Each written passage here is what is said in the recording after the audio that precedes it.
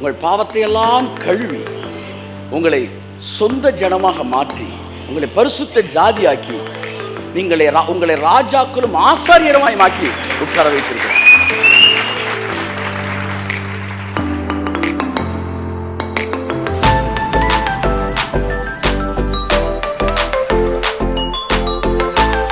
நீ பெருமைக்கு வாழ்ற வரைக்கும் உன்னால இளைப்பாறுதல் இருக்கவே முடியாது.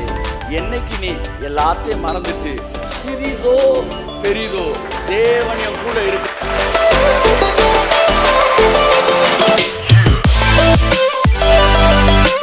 கர்த்தர் இருக்காரியா, கர்த்தர் பார்த்துக்குவார். என் மீட்பர் உயிரோடு கூட இருக்கிறார். கையை தட்டுங்க. ஆமென்.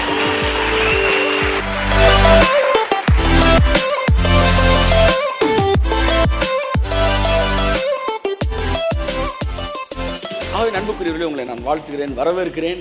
நீங்கள் நீதிமான்களாக இருக்கிறீர்கள். வார்த்தையை கேட்க கேட்க உங்கள் டிஎன்ஏ என்ன செய்யும்? அதுக்கேற்ற மாதிரி வைப்ரேட் ஆகும், அதுக்கேற்ற மாதிரி ரெசிப்ரோகேட் பண்ணும். அது உங்களுக்குள்ளே இருந்து ஐஸ்வர்யத்தையும் ஆசீர்வாதத்தையும் ஆரோக்கியத்தையும் உங்கள் சரீரத்துக்கு கொடுக்கும். கர்த்தர் தான் ஆசீர்வதிப்பாராக. நாளுக்கு நாள் நம்ம மறுரூபம் அடைகிறோம். நேற்றைய நாளை குறித்து, கடந்த வருஷங்களை குறித்து நீங்கள் யோசிக்க வேண்டிய அவசியம் இல்லை. அது எல்லாவற்றிலிருந்து உங்களை விடுதலையாக்கி உங்கள் பாவத்தை எல்லாம் கழுவி உங்களை சொந்த ஜனமாக மாற்றி உங்களை பரிசுத்த ஜாதியாக்கி உங்களை ராஜாக்களும் ஆசாரியருமாய் மாற்றி உட்கார வைத்திருக்கிறார். அதனால நீங்க உங்களுக்கு முன்பாக இருக்கிற ஒரு நல்ல வாழ்க்கையை பார்த்து அதை நோக்கி கடந்து செல்லுங்கள். கர்த்தர் உங்களை ஆசீர்வதிப்பார். தொடர்ந்து நாம் the mind set of kingdom mind set என்கிற தலைப்பில் படிச்சுட்டு வரோம். இன்னும் 2 வாரம் கிங்டம் மைண்ட் செட் பேசுவேன்னு நினைக்கிறேன். அதற்கு பிறகு கிங்டம் கல்ச்சர் அப்படின்னு பேச விரும்புகிறேன். கர்த்தர் நம்மை ஆசீர்வதிப்பார். நீதிமொழிகள் 21 ஒரே வசனத்தை நான் வாசிக்க விரும்புகிறேன். 21, 25, 26. சோம்பேறியின் கைகள் வேலை செய்ய சம்மதியாததினால் அவன் ஆசை அவனை கொல்லும். ஆமென். அநேகர் ஆசையோடு கூட பிறக்கிறோம். ஆசை என்பது ஒரு எதிர்மறையான விஷயம் அல்ல, ஒரு நேர்மறையான விஷயம். என் அன்புக்குரியவர்களே, புறஜாதி மார்க்கம் ஆசை துன்பத்திற்கு காரணம் சொல்லுது.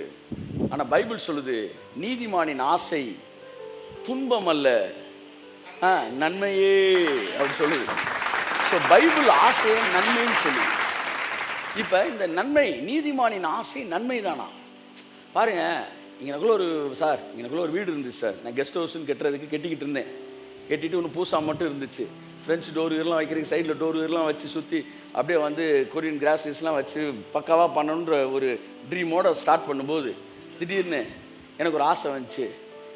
வந்து ஒரு 4 பேர் உட்காந்து இடத்த அனுபவிக்கிறதா, இல்லை 4 பேர் உட்காந்து ஆராதிப்போமா அப்படின்னு யோசித்தேன். 400 பேர் உட்காந்து ஆராதிக்கிறது தான் சிறப்பானதுன்னு நினச்சோம். ஆனால் நான் 400 நினச்சேன். ஆனால் 4000 40,000க்கு அது போயிட்டுருக்கு மெசேஜ். அப்போ இப்படி ஒரு ஆசை வந்த உடனே டக்குன்னு குறுக்க இந்த சுவரெல்லாம் தட்டி விட்டுட்டு இதை சர்ச்சாக மாற்றிட்டோம். அந்த ஆசையை அது இடிக்கும்போது என்னோட கூட நெருங்கி 1 2 நின்று அப்படி கண்ணீர்லாம் வச்சுருந்தேன். ஐயோ நல்ல வீடாக இடிச்சுக்கிட்டே இன்னும் அழுதுகிட்டு இருக்கிற எத்தனையோ பேருக்கு ஆசீர்வாதமாக போகுது அப்படின்னு இன்றைக்கி அது பிளஸ்ஸிங்காக இருக்குது. ஆசை நன்மையாக தான் இருக்குது. என் அன்புக்குரியவர்களே, சீக்கிரம் நம்ம வந்து பெரிய சர்ச்சுக்கு போயிடுவோம். Don't worry. நான் என்ன சொல்கிறேன், வந்து அவர் calling is an international calling.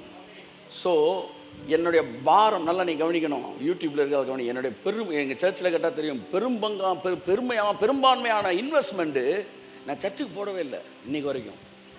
இந்த சின்ன இடத்துல தான் ஆராதிக்கிறோம். யாருக்கு போட்டுக்கிட்டு இருக்கேன்னா வெளியில் பார்த்துக்கிட்டு இருக்கேன், உங்களுக்கு தான் போட்டுக்கிட்டு இருக்கேன். ஸோ எதுக்கு நான் சொல்ல வரேன்னா, உங்களுடைய பங்கு எவ்வளோ முக்கியமானது என்பதை வந்து லிட்ரலாக இந்த சர்ச்சுக்கு வெளியிலேருந்து கவனிக்கிற ஒவ்வொருத்தரும், வாட்ச் பண்ணுற ஒவ்வொருத்தரும் புரிந்து கொள்ள வேண்டும். த மேக்ஸிமம் இன்வெஸ்ட்மெண்ட், ஆமாம், it is invested for your welfare.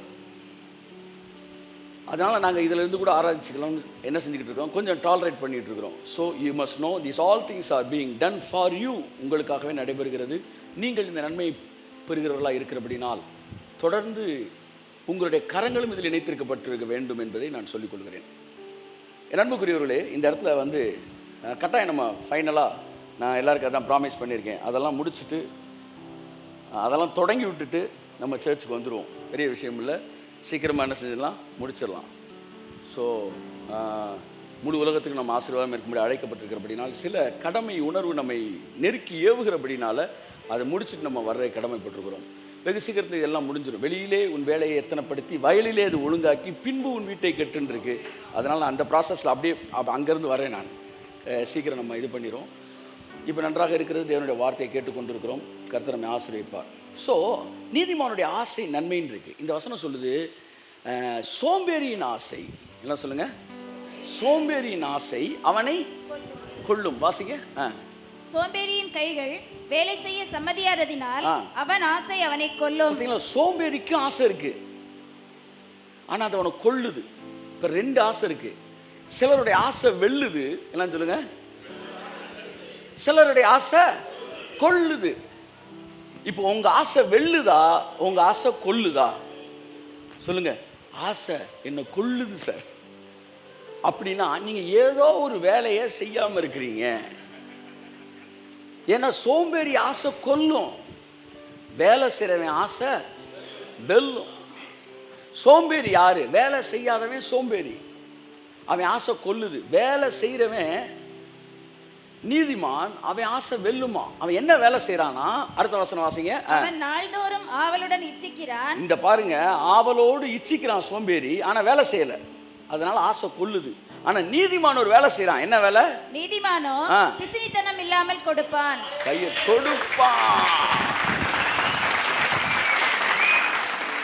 சொல்லுங்க. கொடுக்க கொடுக்க வரமா சத்தம் வரும். ஏய் ஒன்னே பிடிவேன், சவுண்ட் வருவான்.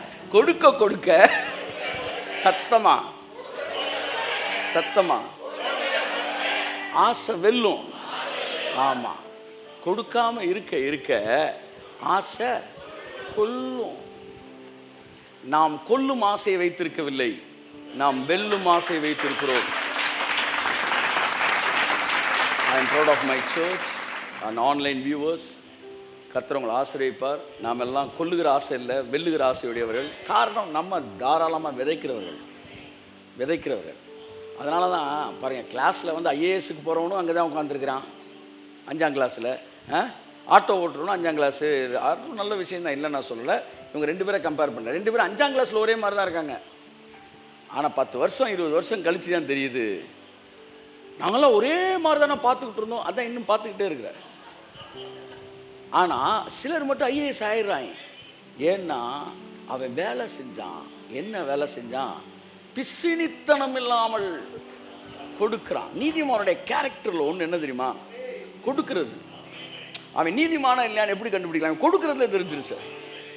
ஸோ நீதிமானுடைய குணலட்சணங்களில் ஒன்று அது கொடுப்பது. ஸோ இதெல்லாம் வந்து நம்ம லைஃப்பில் வந்து அந்த டிஎன்ஏ வைப்ரேட் பண்ணி விட்டு அதை ஸ்டிமுலேட் பண்ணணும் இயேசு நாமத்தினால். ஆமென்னு சொல்லுவோம். இந்த வருஷத்தில் என்னுடைய ஆசைகள், பல ஆசைகளை, தேவனுடைய ராஜ்யம் சம்பந்தப்பட்ட பல ஆசைகள் வென்று இருக்கிறது. ஆமாம், வென்று இருக்கிறது. சரி அன்புக்குரியவர்களே, ஆகவே வெல்லுகிற ஆசையுடையவர்களாய் நீங்கள் இருக்க வேண்டும். இங்கே இருக்கிற ஒவ்வொருவரும், இந்த செய்தியை கேட்ட ஒவ்வொருவரும் வெல்லுகிற ஆசையுடையவர்களாக இருங்கள். எப்பொழுது வெல்லுகிற ஆசையுடையவர்களாய் மாறுகிறோம், தேவனுடைய ராஜ்யத்துக்காய் தாராளமாய் கொடுக்கக்கூடியவர்களாய் மாறுங்கள். கொடுத்த என்ன சார் நடக்கும் அப்படின்னு என்கிட்ட கேள்வி கேட்டீங்கன்னா ஒரே ஒரு வார்த்தை சொல்லுவேன், கொடுத்து பாரு என்ன நடக்கும் தெரியும். இயேசு சொன்னார், வந்து பார் அப்படின்னாரு. ஐயா எங்கே நீங்கள் நைட்டு தங்குறீங்க அதெல்லாம் வாயில சொல்ல முடியாது சார். அப்போ என்ன சரி, வந்து பார், வந்து பார். என்னை பார்த்து நீங்கள் கேட்கலாம், கொடுத்தா என்ன நடக்கும்? கொடுத்து பார். 1 வருஷம் கழிச்சு நான் தொடங்குவேன், கொடுத்தா என்னன்னு எங்களுக்கு தெரியும் சார். நீங்கள் சொல்லுவீங்க, எல்லாம் என்னன்னு எங்களுக்கு தெரியும். ஒரு தேவனுடைய ஊழியக்காரர் இருந்தாராம். அந்த ஊழியக்காரர் தான், ஆனால் அவர் கொடுக்குற பழக்கமே அவர்கிட்ட இல்லையா. அவர் வாழ்க்கையில் ரொம்ப கஷ்டம், பண கஷ்டம், சோம்பேறி நாசை கொள்ளும்போது அவரை கொண்டுகிட்டே ரொம்ப பண கஷ்டத்தில் இருந்தாராம். அப்போ அந்த அவருடைய சபைக்கு ஒரு பணக்காரர் ஒருத்தர் வந்திருந்தாராம், வெளி நாட்டில் இருந்து. அப்போ வந்திருந்தப்போ அவர் எல்லாத்தையும் பார்த்துட்டு அவர்கிட்ட சொன்னாராம், நான் ரொம்ப கஷ்டப்படுறேன், என் குடும்பம் ரொம்ப கஷ்டப்படுது. அப்போ அவர் சொன்னாராம், நீங்கள் ஊழியக்காரர், எங்களோட நீங்கள் ஆசீர்வாதமாக இருக்கணும். ஆனால் ஒரே ஒரு கேள்வி உங்கள் இடத்துல கேட்க விரும்புகிறேன், சொல்லுங்கள், நீங்கள் கொடுக்குறீங்களான்னு கேட்டாராம். ஐயா நான் என்னையே கொடுத்துருக்கேன். இந்த கதையெல்லாம் சொல்லக்கூடாது தம்பி. திடீர்னு பாசமலை சுவாஜி மாதிரி நான் என்னையே கொடுத்துருக்கிறேன், கொண்டே விடுவேன். ஒருத்தர் திருப்பதி உண்டியில் போய் உள்ளே உட்காந்துட்டானா, என்னடா நான் என்னையும் காணி கேட்குறேன், அங்கே இருக்கிற 4 சாமியை மண்டையில் போடுவோம், அவன் சோறு போடுற எந்திரி முத. அந்த ஊழியக்காரர் சொன்னாராம், ஐயா வந்து நான் வந்து நானே ஊழியம் பண்ணிகிட்டு இருக்கிறேன், நீங்கள் தசமபாவம் கொடுக்குறீங்களா? நான் மக்கள்கிட்ட தசமபாவம் வாங்குவேன், நான் கொடுக்குறது இல்லைன்னாராம். நீங்கள் கொடுக்கணும் அப்படின்னாராம். ஐயா எனக்கு இருக்கிறது கொஞ்சம் வருமானம், அதை நான் எடுத்து வச்சுட்டேன்னா எனக்கு பத்தாதுன்னாராம். அப்போ சொன்னாராம், நீங்கள் எடுத்து வச்சுருங்க, கொடுத்துருங்க, உங்களுக்கு பற்றாக்குறை வரும்போது எனக்கு ஒரே ஒரு கடிதம் எழுதுங்கள், அடுத்த நாள் உங்களுக்கு நான் என்ன செய்கிறேன், பணம் அனுப்பிச்சிடறேன்னாராம். என்ன நம்புங்க, நீங்கள் வசனத்தை நம்பலை, என்ன நம்புங்கன்னாராம். உடனே இவர் சரிங்கயான்ட்டாராம். சொல்லிவிட்டு அந்த மாதம் காணிக்க வந்தப்போ மிக குறைவாக தேவை ஒரு 5000 5000 இருந்திருக்கு. அவருக்கு தேவையே வந்து 5000. ஆனால் அதில் வந்து ஒரு 500 எடுத்தால் 4500 பத்தாமல் போயிடும். என்னடான்னு யோசித்தாராம். அப்போ அவர் சொன்ன ஞாபகம் வந்துச்சான், பத்தலைன்னா எனக்கு ஒரு லெட்டரை போடு, ஃபோனை போடு, நான் உனக்கு தந்துடுறேன் அப்படின்னு. அட்ரஸை கொடுத்து ஃபோன் நம்பரை கொடுத்துட்டு போயிருக்காரு. இவர் பத்தலைன்னா அவருக்கு ஃபோன் பண்ணிடலாம் அப்படின்ட்டு எடுத்து என்ன செஞ்சிட்டாரு, கொடுத்துட்டாரு இன்னொரு ஊழியத்துக்கு. அவர் சொல்கிறாரு, 5 வருஷம் கழித்து ஒவ்வொரு முறையும் தேவைப்பட்ட ஃபோன் நம்பருக்கு ஃபோன் பண்ணுவேன்டான்னு நினச்சி தான் கொடுத்தேன். இந்த 5 வருஷத்தில் ஒரு தடவை கூட அவருக்கு நான் ஃபோன் பண்ணல.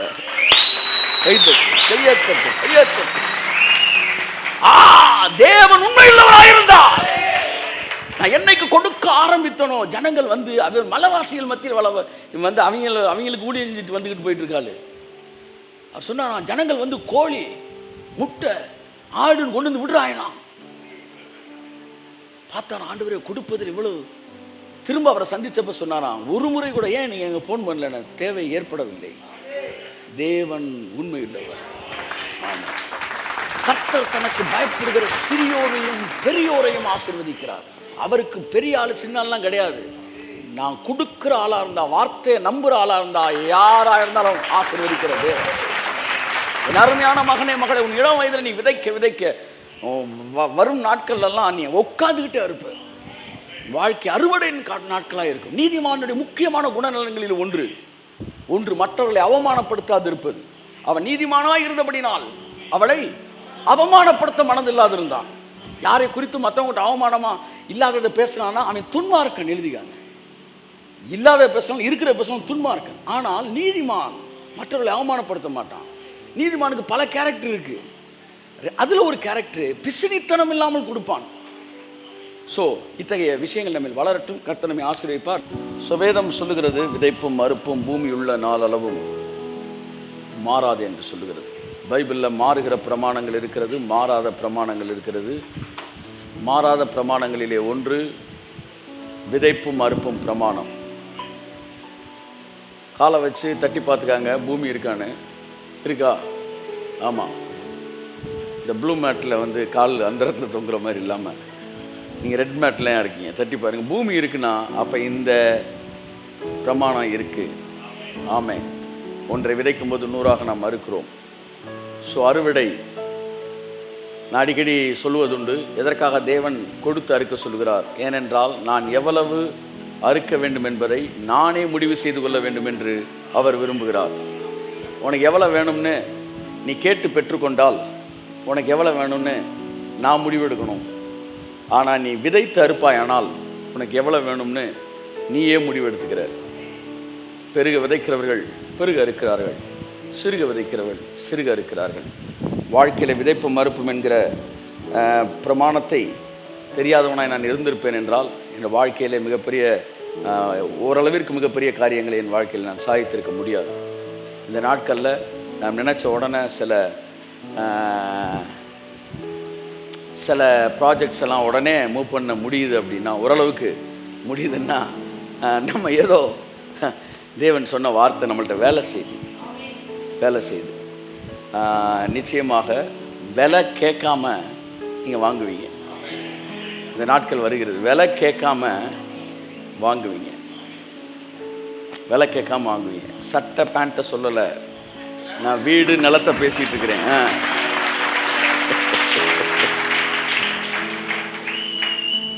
அதை வாங்கிடுவோம். என்ன ரேட்டுன்னு ஒன்று தெரில. அதிகபட்சம் வந்து 80 எள்ளு சொன்னாங்களா, ஒருவேளை 1 சொன்னால் அதிகபட்சம் என்ன சொல்லுவார், 80 எல்லுனா 1.25 வரும்ல, வாங்கிடுவோம்.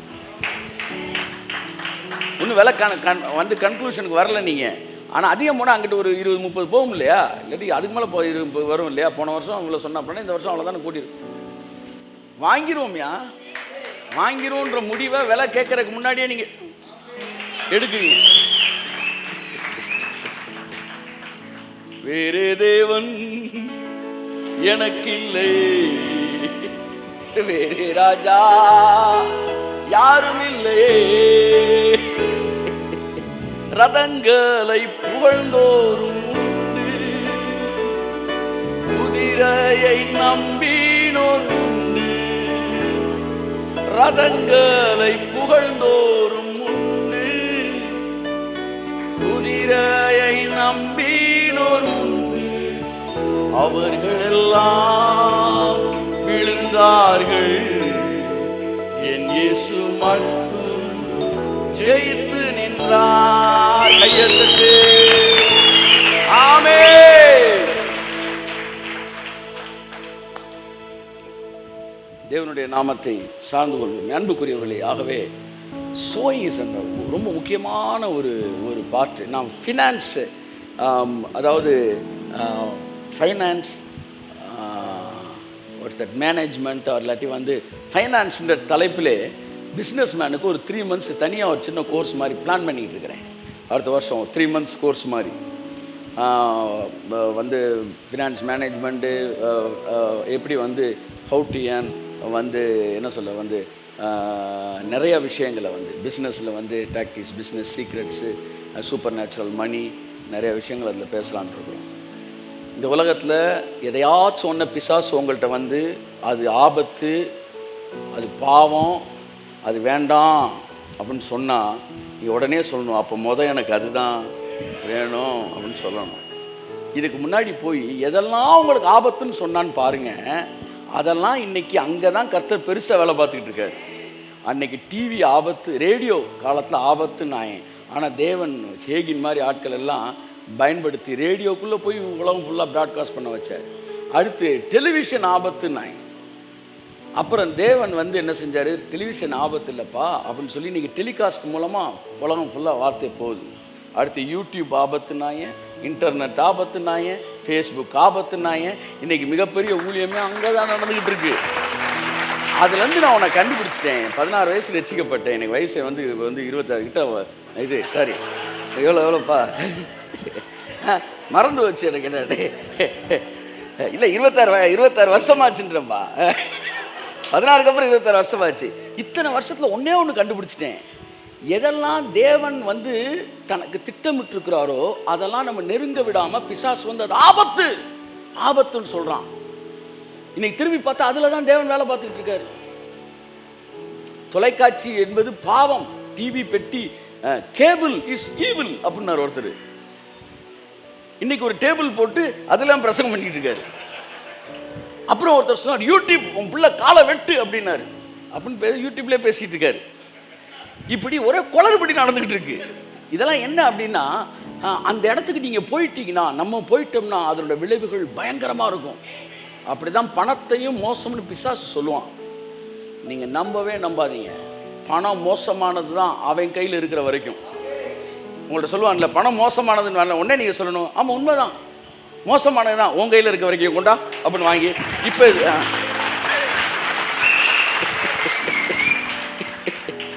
என் கைக்கு வந்துருச்சுல, இனி கரெக்டாக யூஸ் ஆகும்.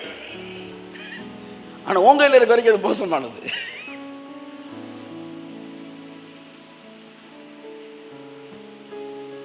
அதனால் பணம் மோசமான நினைக்காதீங்க.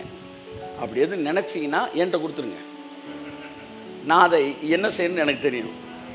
ஆமாம், அதான் சொல்லுவேன். ஒரு புக்கை போய் வேகமாக, ஒரு புக்கு தான் இருக்கும், நானே எடுப்பேன், என் ஃப்ரெண்டு எடுப்பாங்க. அப்போ நான் சொல்லுவேன் என் ஃப்ரெண்டை பார்த்து, இந்த புக்கை நீ படிச்சின்னா நீ ஒரு ஆள் தான், ஆனால் நான் படித்தேன்னா 1000 பேருக்கு சொல்லுவேன். கையப்படி மண்களை கட்ட.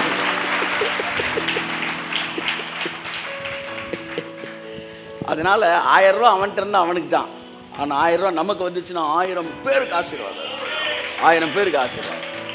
ஸோ ஆகவே அன்புக்குரியவர்களே, நல்ல மனநிலையோடு இருங்க. பணத்தை பற்றி நல்ல ஒரு மைண்ட் செட்டு, நல்ல ஒரு பார்வை பாருங்கள். கர்த்தர் நம்ம ஆசீர்வதிப்பார். பெரிய பணம் எல்லாவற்றுக்கும் உதவும், எல்லாவற்றுக்கும் உதவும். தேவனுடைய ராஜ்யம்லாம் இன்றைக்கெல்லாம் நம்ம வந்து அடுத்த வருஷம் இதை செய்வேன், அதுக்கு அடுத்த வருஷம் அதை செய்வேன்னு சொல்கிறாங்களே. ஏன் அப்படி சொல்கிறாங்க சொல்லுங்கள்? கர்த்தர் சொன்னாரா? இந்த வருஷத்தில் அவ்வளோ பணம் வராது சார். அதுதான் அடிப்படை. அப்போ திட்டங்களும் தரிசனங்களும் எந்த வருஷத்தில் எத்தனை வருஷத்தில் என்பதை நிர்ணயிப்பது இப்போ எதுவாக தான் இருக்குது? பணமாக தான் இருக்குது. பணத்தின் அடிப்படையில் தான் இவன் இத்தனை வருஷம் கழிச்சு இதை செய்வோம், அடுத்த 5 வருஷத்தில் நாங்கள் ஒரு ஒரு ஒரு என்ன சொல்ல, ஒரு பைபிள் காலேஜை கட்டுவோம் அப்படின்றாருன்னா அவர் வந்து பணம் வர்றதுக்கு 5 வருஷம் ஆகுன்னு சொல்கிறாரு. கர்த்தரா சொன்னார் இல்லை. அப்போ பணம் இருந்தால் நீங்கள் டைம் ட்ராவல் பண்ணிட்டீங்க. 5 வருஷத்துக்கு அப்புறம் நடக்கிறத இப்போ நீங்கள் நடப்பிக்கிறீங்க. வருகிற நாட்கள் அது நடக்கும். இயேசு நாமம் நடக்கும். ஆமென். இந்த லேண்ட் வாங்குறதுக்கு சித்தம் பார்க்குறது பாருங்கள், சித்தம் எல்லாத்துக்குமே பாருங்கள். நீங்கள் லேண்ட் வாங்குறதுக்கு சித்தம் பார்த்தீங்கன்னா பேனா வாங்குறதுக்கு சித்தம் பார்க்கணும். தலையில் நறுக்குன்னு கொட்டிடுங்க. பேனா வாங்கும்போது சித்தம் கேட்காம பேனா வாங்குறீங்க. கேட்கணும், ரெனால்ட்ஸ் வாங்கவா, பார்க்கர் பேனா வாங்கவா, ஆண்டவரே எனக்கு சொல்லுங்கள் சொல்லுங்கள் சொல்லுங்கள், கடை முன்னாடியே முழங்கால் போட்டுருங்க. ஆனால் நீங்கள் அசால்ட்டா ரெனால்ட்ஸ் வாங்குறீங்க. நான் சொல்ல சித்தம்லாம் வாங்கி எழுதாம போச்சு என்னடா பண்ணுவேன், வேற பேனா வாங்கிக்குவோம். வரீங்களே, அப்படி வரீங்களே, அப்படி வரணும் சார். ஒரு 50 ஏக்கர் வாங்கினீங்களே, என்ன அவன் திடீர் சித்தம் இல்லைன்னா வேற 50 ஏக்கர் வாங்கிக்குவோம், கை தட்டுங்க. அப்படி வாங்கினீங்க சார். சார் சித்தம்ன்றது மேஜராக கடவுள் சொல்கிறது, அந்த லாஸை உன்னால் தாங்க முடியாமல் போயிடக்கூடாதான்ற காண்டி. ஆனால் அதெல்லாம் தாண்டிட்டீங்கன்னா தேவன் வந்து பூமியும் அதை நிறைவும் என்னுடையதுன்றார். எங்கனுக்குள்ள லேண்ட் வாங்கி போட்டாலும் நீங்கள் இயேசு கிறிஸ்துவோடைய ஆட்சிக்குள்ளே தான் நீங்கள் வாங்கி போடுறீங்க. நான் ஒரு கேட்டேன், என்ன யூகே கூப்பிட்ட ஆண்டவரே நான் போகிறது சித்தமா? ஒரு 6 மாதம் ஜெபம் பண்ணிட்டு இருந்தேன். அவர் 1 வருஷம் என்னை கூப்பிட்டு இருந்தார். என் பிரச்சனையே போகிறது சித்தமா? சித்தம் ஏரியாவில் ரொம்ப ஊரை போட்டு வளர்த்தவேன். நாங்கள்லாம் எங்களை ஊரை போட்டு தான் வளர்த்தாங்க. உனக்கு கர்த்தர் ஒரு நாள் சொன்னார், நீ ஹாலில் இருந்து என்னைக்காச்சும் சைடு ரூம் போகிறதுக்கு சித்தமானு கேட்டியான்னாரு. பெட்ரூம் போகிற சித்தமா? சித்தமானு கேட்டிருந்தா அப்புறம் எப்படி யோவான் பிறந்து அப்படிலாம் நீங்கள் பேசாதீங்க ஆண்டவரே. இல்லைடா, நீ வந்து கிச்சனுக்கு போகிற சித்தமானு கேட்கணும், பெட்ரூம் போகிற சித்தமானு கேட்கணும், வெராண்டாக்கு போன சித்தம். அது எப்படிங்க, அது எல்லாமே ஏன் வீடு தானே? அப்படி தாண்டா, இது எல்லாம் ஏன் வீடு தாண்டா.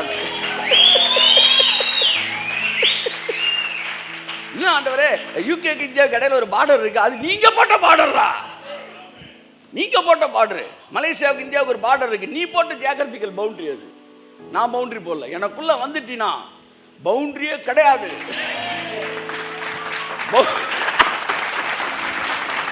பவுண்டரியே கிடையாது. நீங்க சித்தத்துல இருக்கிறீங்க. என் அன்புக்குரியவர்களே, ஆகவே கர்த்தர் விதமாக நம்ம ஆசீர்வதிப்பாராக. தேவனுடைய ராஜ்யத்துக்கு தாராளமாக கொடுக்கணும்னா நம்ம ஏராளமாக ஆசீர்வதிக்கப்பட்டிருக்கணும். இப்போ நீங்கள் வசனத்தை ஏற்றுக்காதனால இப்போ கடைசி என்ன தான் பாதிக்குது? அது சுற்றி வளர்ச்சி என்ன பாதிக்குது? வாசிப்போம். லூக்கா 15ஆம் அதிகாரம் 15-17.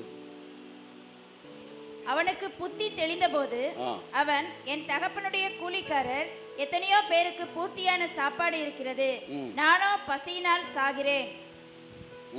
நான் எழுந்து என் தகப்பனிடத்தில் போவேன். ஆமாம், எல்லாம் சொன்னான், எழுந்து என் தகப்பனிடத்தில் போவேன். ஹல்லேலூயா. தகப்பனோடு நான் சார்ந்து கொள்வேன் சொன்னான். இதுவரை நான் என்னையே சார்ந்து வாழ்ந்தேன், இனி என் தகப்பனை சார்ந்து கொள்வேன் என்றான். சார்ந்து கொண்டு வாழ்கிற வாழ்க்கை தான் ஒப்புரவாகிற வாழ்க்கை. தனியாக வாழ்கிற வாழ்க்கை என்பது சண்டையிட்டு வாழ்கிற வாழ்க்கை. மனிதன் தேவனை சார்ந்து வாழ்ந்தான், அந்த வாழ்க்கைக்கு பெரிய ஏதேன் தோட்ட வாழ்க்கை. மனிதன் தானாக தன் மூளையிலே வாழ ஆரம்பித்தான், அந்த வாழ்க்கைக்கு பெயர் தான் சபிக்கப்பட்ட வாழ்க்கை. அப்ப மறுபடியும் மனிதன் தேவனோடு ஒப்புரவாக வேண்டும் என்றால் என்ன செய்ய வேண்டும்? தேவனை சார்ந்து வாழ்கிறேன் என்கிற இடத்துக்கு வந்துட்டானா மனுஷன் ஒப்புரவாயிட்டான்னு அர்த்தம். வாசிப்போம், ஒரே ஒரு வசனம், ஏசாயா 27:5. அவன் என் பலனை பற்றிக் கொண்டு என்னோடு ஒப்புரவாகட்டும். அவன் என்னோடு ஒப்புரவாவான். அவர் சொல்றாரு, அவன் ஏன் கூட ஒப்புரவாகட்டும் அப்படின்றார். பவுல் சொல்றாரு, எங்க வேலையே ஒப்புரவாக்குகிற ஊழியம். பிதாவோடு நாங்கள் ஒப்புரவாகுங்கள் என்று சொல்லி ஜனங்களை ஒப்புரவாக்குகிறோம்ன்றாரு. இங்க பிதா சொல்றாரு, என்னோடு ஒப்புரவாகுன்றாரு. ஆண்டவரே, ஒப்புரவாகிறதுக்கு நான் என்ன செய்யணும்? என் பலனை பற்றிக்கொள். என் பலனை பற்றிக்கொள், என் பலனை பற்றிக்கொண்டு ஒப்புரவாகு. அதுதான் ராஜ்யத்தின் வாழ்க்கை, ராஜ்யத்தின் ஆசீர்வாதத்தில் வாழ்கிற வாழ்க்கை. இது இளையகுமாரன் தனியா போய் வாழ்ந்தான். அதுக்கப்புறம் இனிமே எங்க அப்பாட்ட போய்க்கிறேங்க அப்படின்ட்டான். அப்பாவை சார்ந்து வாழ்ந்துக்க வந்துட்டான்ல, அப்போ ஒப்புரவாயிட்டான். ஸோ இன்று இந்த மதிய வேளையில் நீங்கள் சுயபலத்தை நம்பி வாழ்கிற வாழ்க்கை இருந்தால் எல்லாத்தையும் விட்டுட்டு உங்களை சார்ந்துக்கிற ஆண்டவரே, நீங்கள் பார்த்து என் வாழ்க்கையை என்னெல்லாம் செய்ய நினைக்கிறீங்களோ செஞ்சு முடியும், நான் போதும் ரொம்ப டயர்டாகிட்டேன், இனிமேல் நான்லாம் ரொம்ப பிளானை போட்டு இழுத்துக்கிட்டுலாம் இருக்கிற கிடையாது, ஜஸ்ட் உங்கள் கையில் விட்டுறேன், உங்கள் மேலே நான் சாஞ்சுக்கிறேன் ஆண்டவரே. ஏன்னா எனக்கு தெரியும், நீதிமான் தள்ளாட விட மாட்டி நித்தமும் காத்து. That is what kingdom life.